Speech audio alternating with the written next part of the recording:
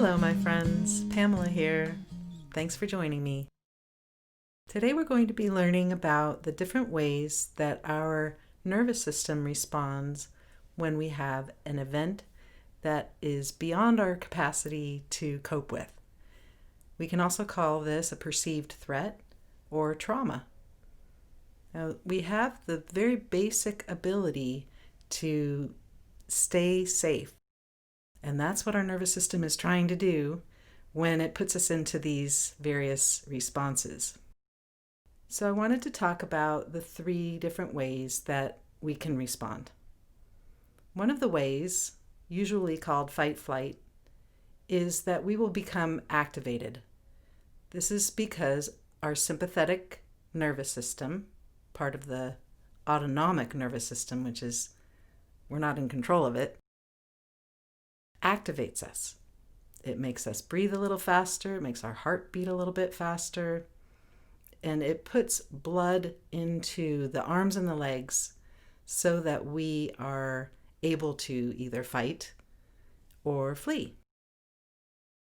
This activated response can feel very constricting because what we're doing is we are taking the energy that would be going toward things like breathing and digestion, basic functions.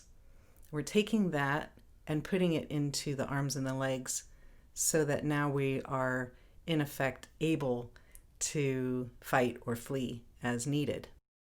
Another way that our nervous system responds to a situation that perhaps is challenging for us is to deactivate. And this deactivation happens through the parasympathetic nervous system. This is the one that we would normally call rest and digest and repair. But in a certain situation where we are not able to cope with the experience, we can go into a shutdown.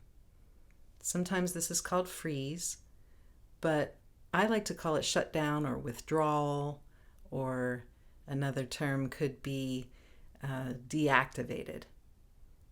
Basically, what's happening is we are turning ourselves into a ball, forming a ball, so that we can protect our guts, our inner workings. And so this response, this trauma response, will put us into a position of being curled up, and so that we are protecting our middle. Another possibility is we can have both the activation from the sympathetic nervous system and the deactivation from the parasympathetic at the same time. And this is what I like to call freeze, because you have the ability by the sympathetic activation to move, but it's not safe to move. So then we go into this withdrawal at the same time. Shutting things down at the same time that we're revving up is like having your foot on the gas and the brake at the same time. This can lead to a disorder we call post-traumatic stress disorder, PTSD. In the DSM, which is the Diagnostic Statistical Manual for the psychotherapeutic community, tells us that PTSD is a disorder. It's something that we may not ever recover from. But I'm here to tell you that it is absolutely something that you can recover from. And I've seen it again and again, and there have been studies done to show some of the ways that are effective for this disorder. Some people have even equated this state of having both the gas and the brake on at the same time, calling it burnout. Basically, it's where we have the inability to get out of our situation. We have to kind of just keep plugging along. And this can lead to the term burnout. This can lead to the symptoms of burnout. And these symptoms line up very precisely with the symptoms of PTSD. Similar to this, and I'm going a little bit out on a limb here, but similar to this is what people are calling narcissism. Basically, it's self-preservation at whatever cost, and we are going to take care of ourselves and make sure we are safe no matter what, at the expense of others and usually the people that are closest to us. So this third kind of trauma response is debilitating not only for the individual, but also for the people around that person. Because when you have someone that is in this state, it's very difficult to find peace. What can we do? Well, I'm here to tell you that there are many ways that we can help ourselves come out of these various trauma responses. And today I'm going to show you one that is similar to something we did in episode 7. Episode 7, we talked about alignment and this ability to have a calm readiness or soft power. And we did a motion called arch and curl. This motion allows us to go into the body position of sympathetic activation, which is arch. And it also puts us into this parasympathetic shutdown deactivation, which is the curl. In today's motion, we will be doing something very similar, but we'll be doing it in a standing position. And I like to call this motion waking up. What we're doing here is we're allowing our body to go into the same positions that reflexively, which is automatic, these would reflexively happen if we were put into a dangerous situation where we were not able to cope. By putting us into these body positions, moving gently in and out of them, we are sending a signal to our nervous system that we can handle it and that we know how to come out of it. And it allows us to turn off these responses which kept us safe in the first place. We'll get into the motion in just a little bit. One of the things that I think is very important for us all to understand is that trauma has been our norm. It's been our norm for thousands of years on this planet, where we have had warring and strife, difficulty getting along, disparity between social groups and races and even classes. It continues today, and I have a mission in my life to help as many people as possible to know that they actually can come out of that state. Our natural state is peaceful and alert. And we are also wired to get along with each other. We're a social species. And we are wired to love. We're wired to connect and to find ease in that. But historically, since we have seen so much war, and I think especially in the United States, I can't think of a time when we weren't at war or occupying another place, trying to keep peace with military weapons and so forth. This has led to what I believe, and there are others that think this way too, but we have created a society around fear that is very difficult to get away from. It comes at us in many forms: social media, the news, and even listening to our friends and family complain. When we realize that this is something that has been kind of patterned into us or programmed, you could even say, it can be a little discouraging. It's like, what's wrong with this world of ours? Everyone's fighting.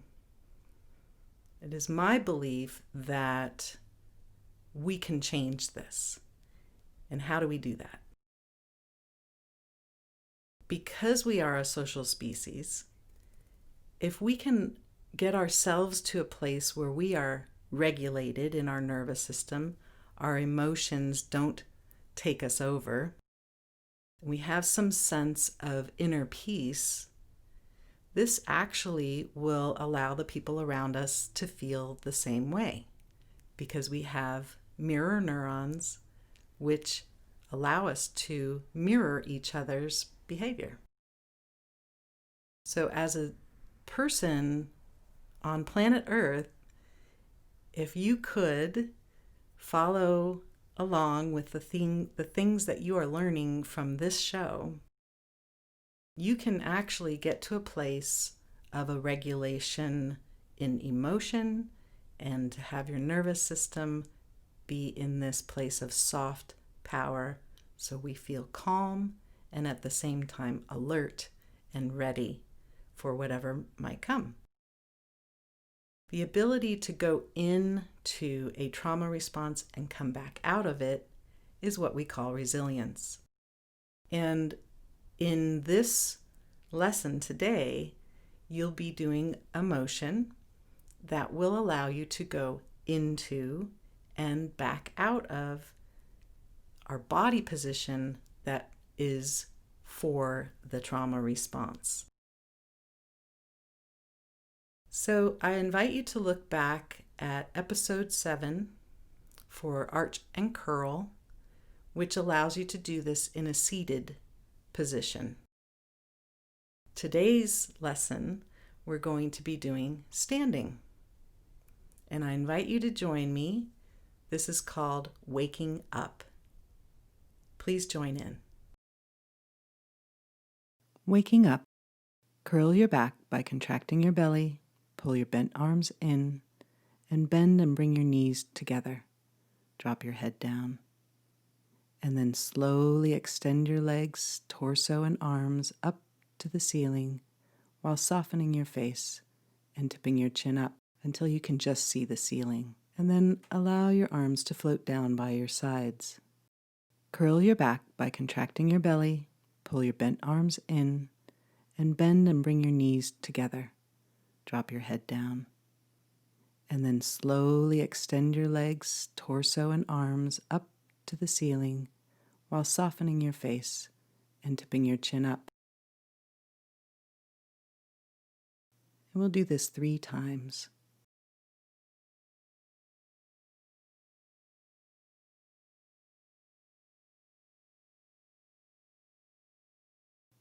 And notice how you feel. So that was waking up. Thank you for joining me. Noticing how you feel when you come out of that motion is helpful. When we can come back to that place of ease in our body and notice how that feels, we are making a pathway that we can use again and again. The more we practice this, the easier it will be to use that pathway. And what I'm talking about is a neural pathway. So this is a brain pathway to the body and back from the body to the brain that tells our nervous system all is well.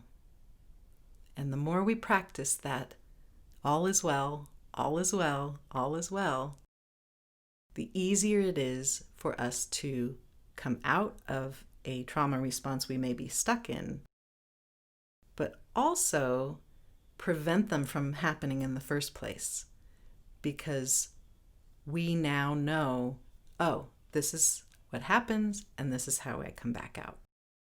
And I also wanted to mention that I have a course that's available, an online course which includes a private session with me, a 90-minute session, where we can together create a vision for your optimal wellness in your mind and your body and your emotions.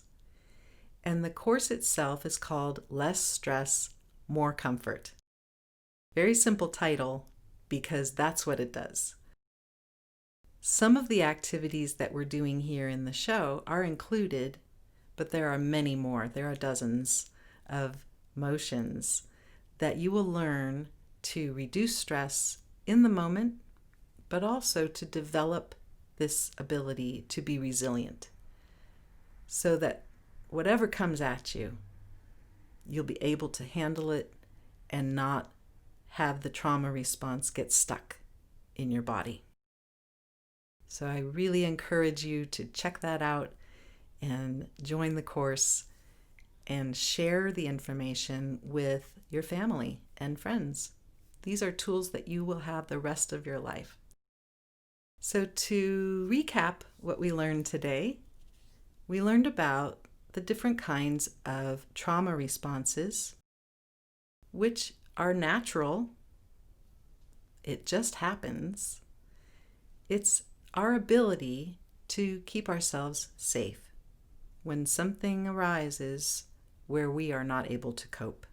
We learned about the 3 different types of trauma response. One is the sympathetic activation. We call that fight or flight.